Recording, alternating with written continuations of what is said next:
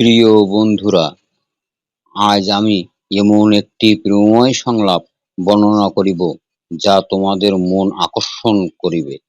সকল বন্ধুদের নিকট অনুরোধ থাকলো, ভিডিওটি কোনো প্রকার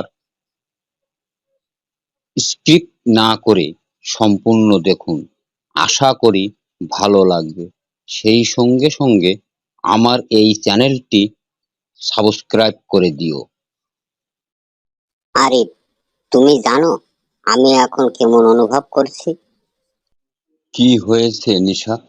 তুমি এতটা চিন্তিত কেন? গত কয়েকদিন ধরে তুমি কেন আমার সাথে সময় কাটাচ্ছ না?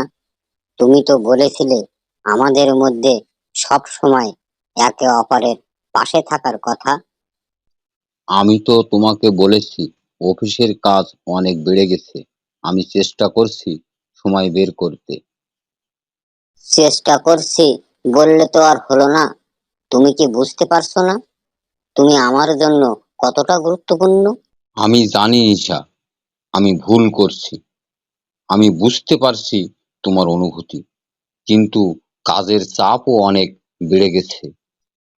আমি কি শুধু তোমার সময়ের জন্য অপেক্ষা করছি? আমি তো চাই আমাদের সম্পর্ক যেন সময় পায়। মাঝে মাঝে আমি ভাবি, তুমি কি সত্যি আমাকে গুরুত্ব দাও? নিশা, তুমি কি আমাকে এভাবে বিচার করছো?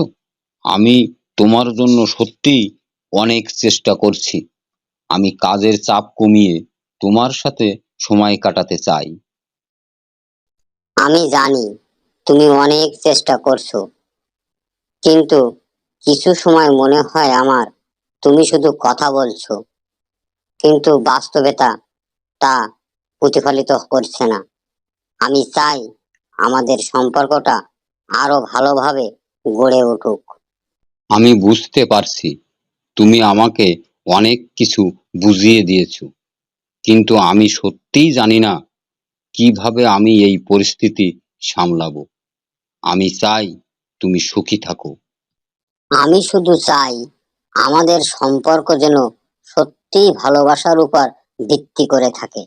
আমি চাই তুমি আমার সাথে সময় কাটাও, ভালোবাসা ও মনোযোগ দাও। আমি তোমার কথা বুঝতে পারছি।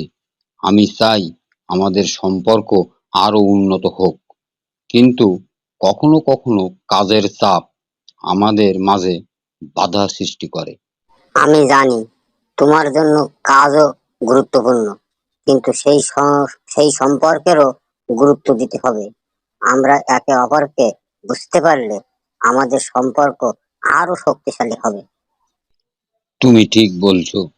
আমি চাই আমরা একে অপরকে বুঝে, ভালোবাসা ও সম্মান দিয়ে সম্পর্কটি মজবুত করি। আমি আসলে তোমাকে অনেক ভালোবাসি আরিফ। তুমি আমার জীবনের একটি বড় অংশ। আমার কষ্টগুলো দূর করতে তুমি আমার পাশে থাকো, সেটাই আমি চাই।